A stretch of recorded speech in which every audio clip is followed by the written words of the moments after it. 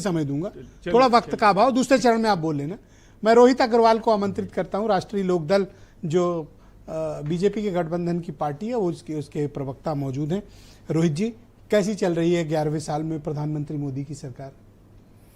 ब्रिजेश जी, मुझे लगता है आपके पीछे जो बैनर लगा हुआ है, आपने खुद ही बताया है कि कैसी चल रही है सरकार, क्योंकि उद्योगों में भी वृद्धि हो रही है, रोडों के इंफ्रास्ट्रक्चर में भी वृद्धि हो रही है, पुल के इंफ्रास्ट्रक्चर में भी वृद्धि हो रही है, किसान की भी वृद्धि हो रही है। नहीं, मैं तो आपके बैनर पे पढ़ रहा हूँ खाली। मेट्रो के नेटवर्क में भी वृद्धि हो रही है, धार्मिक व्यवस्थाओं में भी वृद्धि हो रही है, तो हर जगह वृद्धि ही वृद्धि हो रही है। तो अब स्थिति हमारी लोग नहीं, स्थिति बिल्कुल साफ है कि जब हर जगह वृद्धि ही वृद्धि हो रही है तो इसका मतलब अच्छा चल रहा है। दूसरी चीज, अभी सपा के प्रवक्ता 2014 के वादे याद दिला रहे थे। 2019 में जनता को नहीं बताए थे क्या इन्होंने वादे? हम तो इनके साथ थे, तब क्या कर रहे थे ये? और 2024 में क्या कर रहे थे?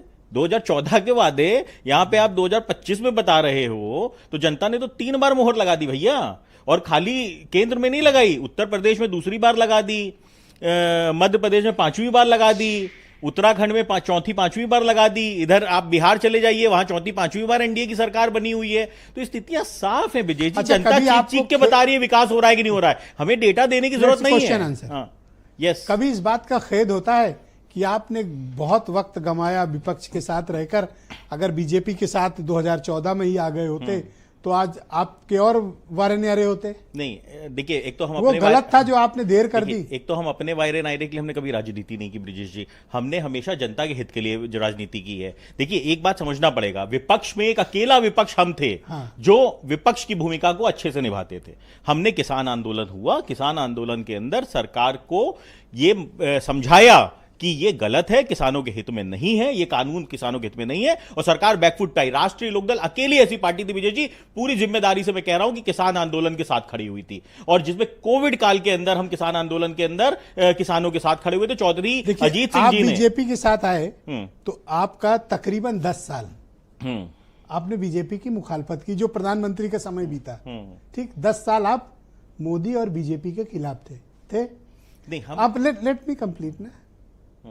1 साल इधर आप कह रहे हैं कि अच्छी सरकार है, तो इस बात का रिग्रेट है कि 10 साल आपने मोदी को सपोर्ट नहीं किया? देखिए, ऐसा है ब्रिजेश जी, कोई भी सरकार 100% ना तो अच्छी हो सकती है ना बुरी हो सकती है, और विपक्ष की भूमिका यही होती है कि जो उसके काम बुरे हों उस तक उसको पहुंचाए, जनता की आवाज को सरकार तक पहुंचाए। विपक्ष की भूमिका ये होती है। विपक्ष की भूमिका क्रिटिक्स की होती है एक तरीके से। और 10 साल लड़के हमने 10 साल हमने एक जिम्मेदार विपक्ष की तरह क्रिटिक्स बन के सरकार की जो कमियां थी उससे सरकार को अवगत कराया। सरकार बिल्कुल ठीक हो गई तो आ गए आप? नहीं, जब उन्होंने चौधरी चरण सिंह जी को भारत रत्न दिया, तब हमें महसूस हुआ कि वो किसानों का सम्मान करते हैं और किसानों के लिए हमारे माननीय जयंत चौधरी जी समर्पित हैं। और जब हमने देखा कि किसानों का सम्मान हो रहा है, किसानों का के काम होंगे, तब हम सरकार का साथ हमारे, और सरकार के साथ आके किस तरीके से विकास की गति उत्तर प्रदेश के अंदर बढ़ी है, खासतौर से पश्चिम उत्तर प्रदेश के अंदर बढ़ी है, वो हम सबके सामने माननीय जयंत चौधरी जी की उपलब्धि। आपका थोड़ी कुछ है उसमें? नहीं, बिल्कुल योगी जी की उपलब्धि है, और माननीय जयंत चौधरी जी की भी उपलब्धि है।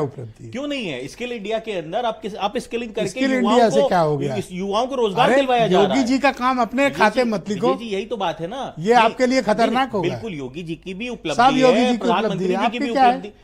हम तो सरकार का हिस्सा आप उसको किसी भी तरीके से विज्ञान प्रौद्योगिकी। राजेश चौधरी एक दिन कह रहे थे आपको जो मंत्रालय मिला, बागपत में कुछ स्टेशन लगा लो विज्ञान का।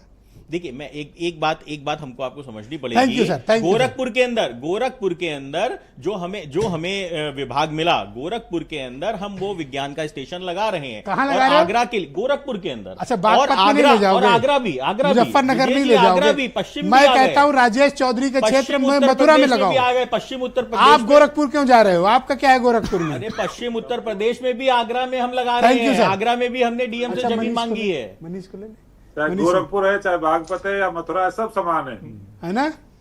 अगर मथुरा में लग जाए तो राजेश चौधरी जी आपको एतराज है?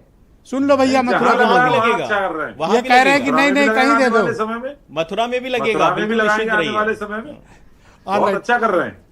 अच्छा, ठीक है, कोई बात नहीं।